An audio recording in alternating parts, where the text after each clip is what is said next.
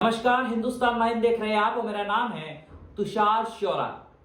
देखिए, लगातार उत्तर प्रदेश के अयोध्या जिले की विधानसभा सीट मिल्कीपुर को लेकर सुर्खियां बनी हुई थी कि मिल्कीपुर में कब विधानसभा उपचुनाव की तारीखों का ऐलान होगा। और आज चुनाव आयोग ने चुनावी तारीखों का ऐलान कर दिया है। आपको बता दें, 5 फरवरी को मिल्कीपुर में विधानसभा उपचुनाव के लिए मतदान होना है और 8 फरवरी को चुनावी नतीजे आएंगे। यकीनन देखिए, ये मिल्कीपुर सीट जो है वो सभी पॉलिटिकल पार्टी के लिए, चाहे वो बीजेपी हो, समाजवादी पार्टी हो या बीएसपी हो, तीनों के लिए बेहद जरूरी है। जरूरी क्यों है, उसकी बहुत बड़ी वजह है। अगर हम लोकसभा चुनाव 2024 के नतीजों की बात करें, तब समाजवादी पार्टी के अवधेश प्रसाद ने यह सीट निकाल ली थी और लगातार जब राम लहर की बात की जा रही थी, ऐसे में बीजेपी का यह सीट हारना एक बहुत बड़ा राजनीतिक उलटफेर होता हुआ दिखाई दिया था।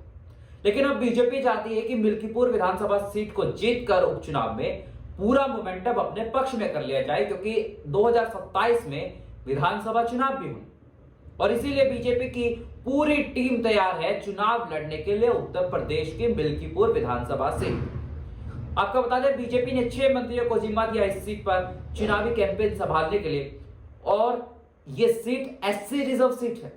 एससी रिजर्व सीट यानी समझ लीजिए, जो अंबेडकर वाले बयान पर जो सियासत हो रही थी, गृह मंत्री अमित शाह ने जो बाबा भीमराव अंबेडकर को लेकर एक विवादित बयान दिया था, अंबेडकर अंबेडकर अंबेडकर, उस बयान के ऊपर जो सियासत हुई, उसका रिएक्शन इस सीट पर हमें जरूर दिखने वाला है।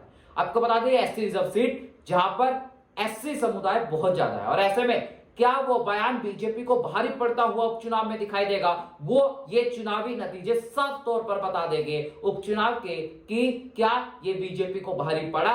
गृह मंत्री अमित शाह का ये बयान, जिसमें उन्होंने दलित समाज की भावनाओं को आहत किया था, ऐसा कहा जा रहा था समाजवादी पार्टी और कांग्रेस जो थी वो मिलकर लगातार इस मुद्दे को उठाती हुई दिखाई दे रही थी कि देश के दलित समाज का अपमान।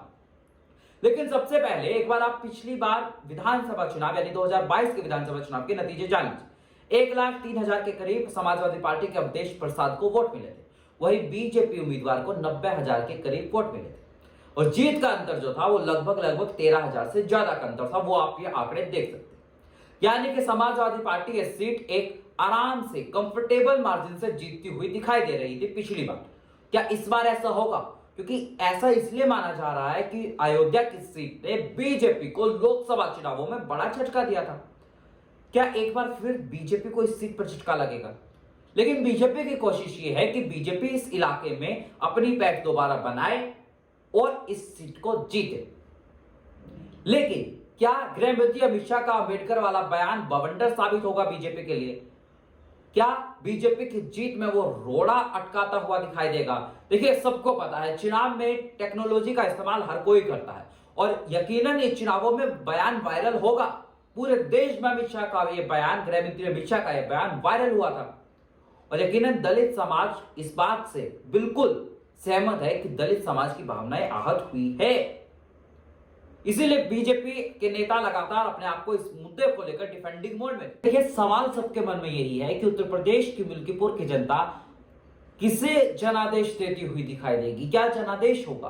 क्या भारतीय जनता पार्टी बीजेपी कुछ कमाल करती हुई दिखाई देगी या फिर कांग्रेस और समाजवादी पार्टी का इंडिया गठबंधन एक बार फिर से उत्तर प्रदेश की सियासत में भूचाल लाकर आता हुआ दिखाई देगा? यकीनन इन सभी सवालों का जवाब 8 फरवरी को मिलेगा जब चुनावी नतीजे आएंगे। ऐसे ही तमाम बड़ी खबरों के लिए देखते रहिए हिंदुस्तान लाइव।